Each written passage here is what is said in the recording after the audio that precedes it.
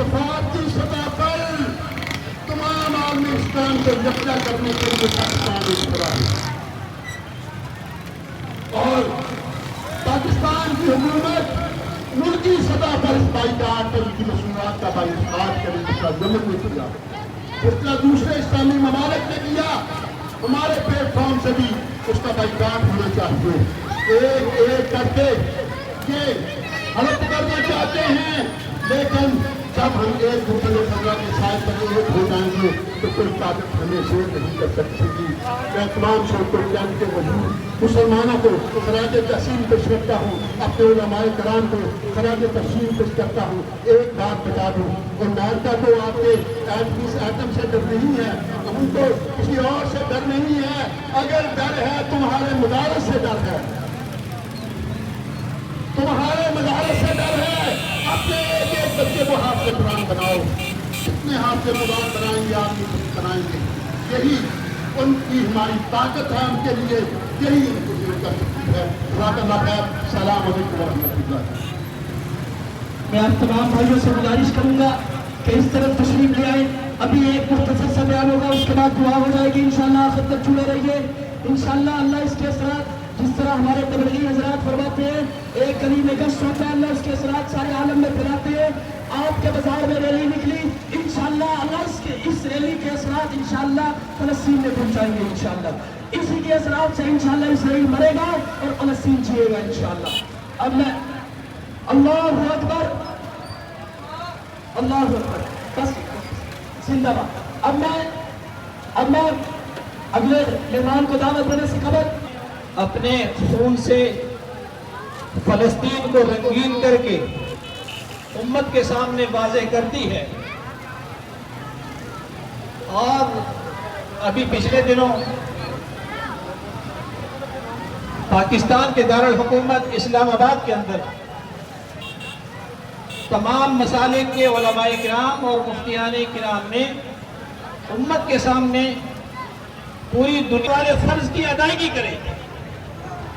اس میں سب سے اہم ترین ادائیگی فرض کی وہ امت مسلمہ کی 56 اسلامی ریاستوں کے سربراہ ہیں، انہیں اجتماعی طور پر امت کے لیے، اسلام کے لیے، خاتم الانبیاء صلی اللہ علیہ وسلم کے مبارک دین کے لیے علم جہاد کو اپنے ہاتھ میں تھامنا ہوگا۔ لن ترضى، بالکل راضی نہیں ہوں گے، کوئی صورت نہیں ہے ان کے راضی ہونے کی کہ تم سے کبھی خوش نہیں ہوں گے۔ ایک صورت ہے خوش ہونے کی، حتی تتبع ملتہم، تم اپنا اسلام چھوڑ کر ان کے کفر میں چلے جاؤ، پھر تم سے خوش ہو جائیں گے۔ اب دیکھیے اسلامی ملکوں کے حکمران، اللہ تم سے مخاطب ہے، تم کیا چاہتے ہو؟ تم کیا چاہتے ہو کہ اللہ کی لعنت، اللہ کا غضب جو یہود و نصارہ پر برس رہا ہے وہ تمہاری طرف بھی لوٹ آئے؟ یقیناً کوئی بھی مسلمان اس بات کی خواہش نہیں رکھتا۔ ایک دھوکہ ہے، ایک آپ کے سامنے سنا چکا ہوں، کانوں کی کھڑکیاں کھول کر سن لیجئے۔ اللہ نے فرمایا لن ترضى عنك اليهود ولا النصارى حتى تتبع ملتهم، یہود و نصارہ کو تم راضی کرنے کی قسم اللہ کی طاقت کے سامنے کچھ بھی نہیں ہے۔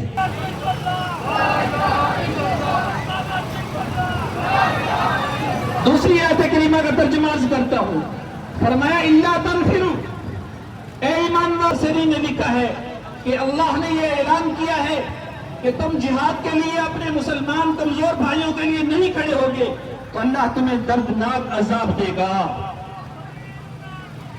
اور یہ دردناک عذاب،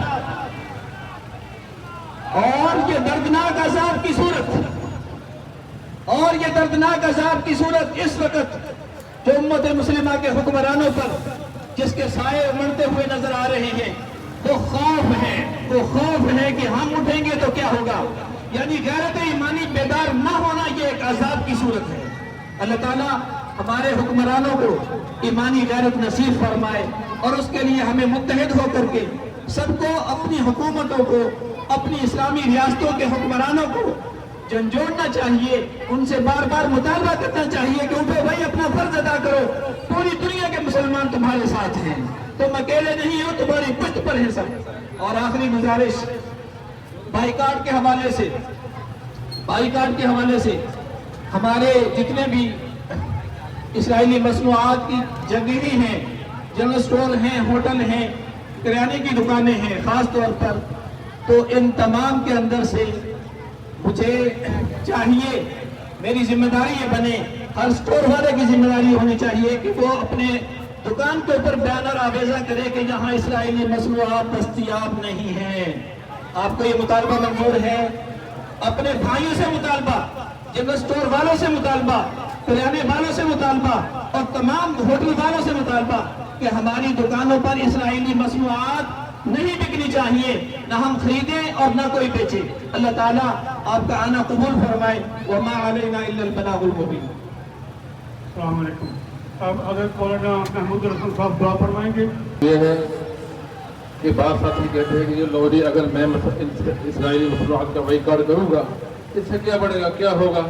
تو سارا جہان یہ کام کر رہا ہے۔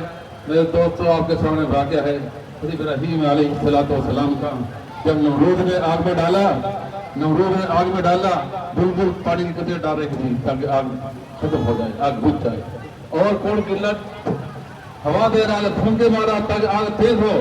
اب آپ ذرا خود خیال کریں، اپنے دماغ میں جھانک کے سوچیں آپ اپنا حشر کس کے ساتھ کرنا چاہتے ہیں؟ بلبل کے ساتھ یا کوڑ قلت کے ساتھ؟ جتنی ہمارے اندر ہمت ہے، طاقت ہے، ہم اپنی طاقت مطابق کریں، باقی معاملہ اللہ کے چھوڑتے ہیں۔ اللہ عمل کی توفیق عطا فرمائے۔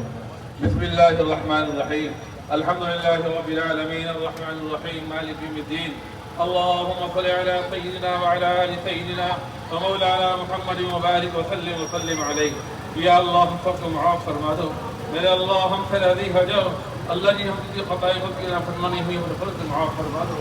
یا اللہ یہ تیری توفیق سے ہم نکلے ہیں، تیرے تو توفیق ہے تحمید نکل سکتے تھے۔ یا اللہ ہمارا نکلنا قبول فرماؤ، اللہ ہمارا نکلنا قبول فرماؤ، اللہ ہمارا نکلنا قبول فرماؤ۔